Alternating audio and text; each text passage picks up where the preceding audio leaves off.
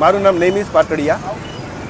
આજે મોરબીની અંદર જે દુઃખદ ઘટના બની છે, સોની સમાજના આશાસ્પદ યુવાન જતીનભાઈ આડેસા કરીને છે, એમની દુઃખદ હત્યા જે કરવામાં આવી છે, એ બાબતે હું સરકારશ્રીને, પોલીસ પ્રશાસનને તેમજ મોરબીમાં જે સિટિંગ MLA સાહેબ છે, સિટિંગ મંત્રી સાહેબ છે, એમને પણ હું વિનંતી કરવા માગું છું કે આ બાબતની નિષ્પક્ષ તપાસ કરવામાં આવે।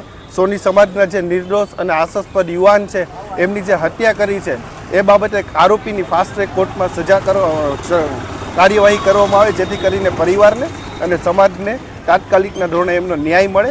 અને ગૃહમંત્રી જેમ અત્યારના ટાઈમમાં વરઘોડા કાઢવાનું જે ચાલુ કર્યું છે, તો એક મોરબીની અંદર પણ ખૂબ જ પ્રમાણમાં વેપારીઓને હેરાનગતિ ઘણા લાંબા સમયથી અમુક તત્વો દ્વારા થઈ રહી છે, તો આવા તત્વોનું શોર્ટ લિસ્ટ કરીને એ તત્વોના વરઘોડા તાત્કાલિકના ધોરણે ચાલુ કરવામાં આવે, જેથી કરીને વેપારીઓ પણ શાંતિથી રહે।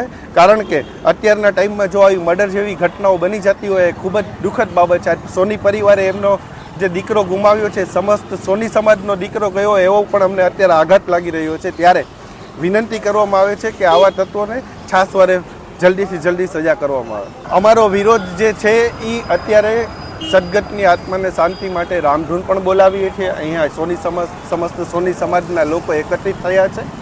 આજે અમે સ્વેચ્છાએ બંધ પાડવાની જે અપીલ કરી હતી, એમાં સ્વેચ્છાએ જે લોકો બંધ પાડ્યું છે।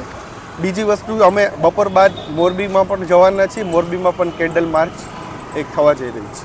સાંજ સમાચાર ફેસબુક પેજને લાઇક કરો, વિડીયો શેર કરો અને વધુ વિગતવાર સમાચાર માટે sanssamachar.net વિઝિટ કરો।